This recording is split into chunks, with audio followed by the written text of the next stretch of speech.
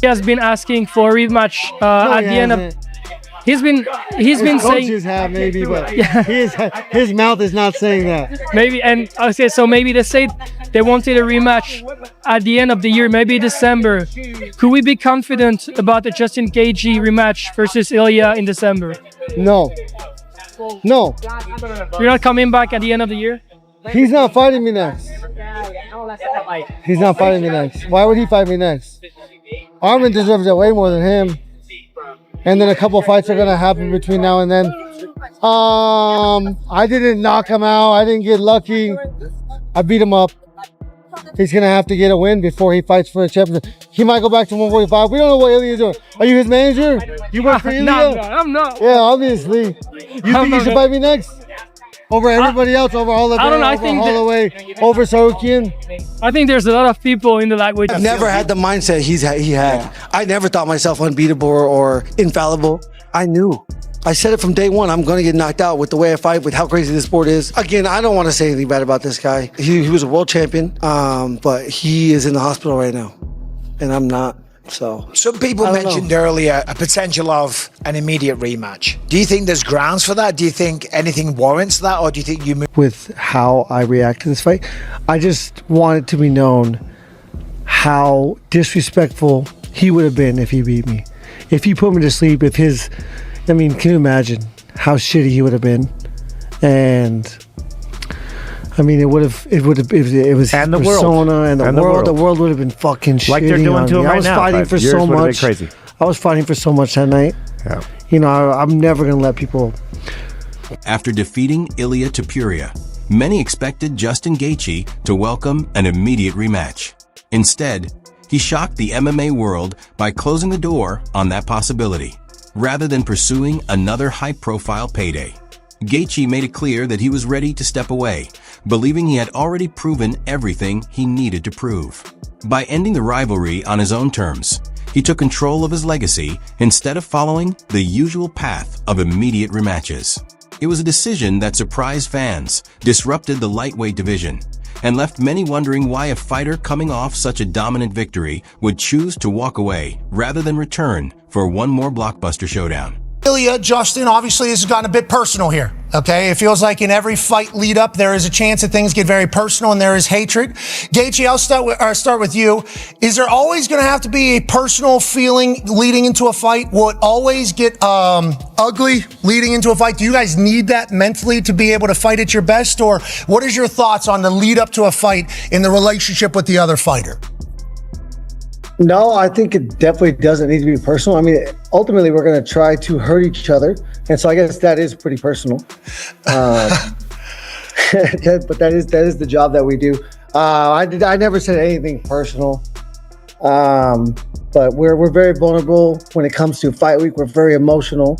And so we take everything personal. And so no matter what I said or didn't say, we're going to take it personal. No matter what he says, I'm going to take personal because I have a chip on my shoulder. And this guy's not going to say anything personal from you. Don't worry about it. Okay, I like this. Okay, I like what we're doing here. Like that. And of course, the world's counting me out. And I thrive under pressure. Jeff. He's a chaotic fighter. You know what I mean? He needs the chaos in a fight, but I bring calm in that chaos. And as I told you, like at the end of the day, I don't care what he's gonna bring in the fight, what's his strategy or whatever. Like I'm gonna go in, I'm gonna do my thing, and I'm gonna tell you my strategy. My strategy is to go in and take your head off. This is all I'm gonna do. Okay, and Mr. Gaethje, so scary, man, so scary. Okay, that sounded like you're a little scared there. I mean, it didn't sound condescending at all there. That sounded very genuine. Of course. Absolutely. That's what we do. We're both going to try to fucking knock each other's head out. That's what we do. Justin Gaethje says Ilia Topuria does not deserve an automatic rematch. And I got to be honest, I have to agree. Now, I don't know where you're at on this. I don't know where you're at, but I have to agree he does not deserve an automatic rematch. Yeah, listen, I mean, there's two things that I look at, and we kind of touched on it a little bit earlier. But first of all, I mean, just how close was the fight itself? Now, granted, Ilia Topuria had a chance to finish that fight, so there was a lot of ebb and flow momentum, and Ilia had some, great moments in it. But at the end of that fight, I mean, pretty clear who the winner of that fight was and how it was pretty one-sided there at the end. So it's not like it was some kind of controversial decision where I'm like, man, if only The rivalry didn't end with the final bell. Even after the defeat, Ilia Topuria continued to express complete confidence in his abilities, insisting he still has what it takes to defeat Justin Gaethje. But according to Gaethje supporters, that unwavering self-belief is exactly why an immediate rematch doesn't make sense. From their perspective, Gaethje has already settled the rivalry inside the octagon and sees no reason to reward his former opponent with another massive opportunity. Instead of revisiting the same matchup, they believe he's choosing to move forward, leaving Topuria to rebuild his position before earning another shot. The UFC came and they said, listen, we looked at the options and the best option was this one. Could you justify doing it again? You absolutely could justify doing it again. I just don't think that you necessarily guaranteed it. And here's the other way you get an instant rematch sometimes. If your opponent likes you and wants to fight you again. And I don't think that's the case here. You know what I mean? I don't think Justin Gaethje felt like, man, this dude was just so respectful to me in the build up to this. He was constantly putting me over and letting people know how great I was and how honored he was to be sharing the cage. And now I want to defer that same feeling to him. So that's your third way of getting it in there. And he doesn't get it that way either. So again, could the UFC sell it? Absolutely. The rivalry extended beyond the octagon and into discussions about a potential rematch. According to this perspective, an immediate sequel would require both fighters to be willing participants, and lingering tension between them has made that difficult. While the UFC could promote the matchup as a major event, Justin Gaethje would still have to agree to it. Supporters of that view argue that Topuria's pre-fight comments and dismissive attitude toward Gaethje may have hurt his chances of securing an immediate rematch, leaving him with the task of rebuilding his position before another opportunity arises. On an island where I truly do not want to see Justin Gaethje compete again, where everybody else is like, oh, I'm an MMA fan, I just have to have it. I would love to see him walk away. I'm with you, dude. Yeah. I'm with you. I think that it doesn't get any bigger or better than that. Just everything around that fight was just magical for the guy, and it would be so nice to see him go out on top. If there's one guy who deserves it, that's the dude. After all the wars and all the things that he's done for the sport, dude, for me, it would just be Cinderella ending, right? And the visual from UFC 300, I believe it was 300, where he's flatlined by Max, if that was his 300, but but the visual from that to now be somewhat of a distant memory, given what he did at the White House. To actually, you know what I mean? For that to just sort of be removed, right? But let's not. Look, I think he could be very competitive. Topuria was the one I really feared for him, but what's the ultimate goal?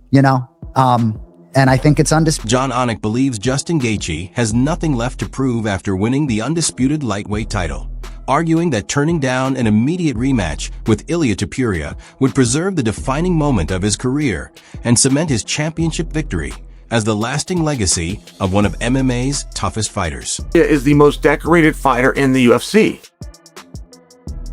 He would have if not for paperwork. Competition did not stop this. The only thing that stopped this was the power of the pin. Ilia Topuria would have been the 45, 55, and BMF champion simultaneously. He would have held all three of those belts simultaneously. Aside from paperwork. Now, I bring this to you because you can't seem to push him too far. Making believe that he has to do anything before he goes into a title fight is a little bit of a stretch, but I will admit that we're not all yearning, like we weren't left without closure.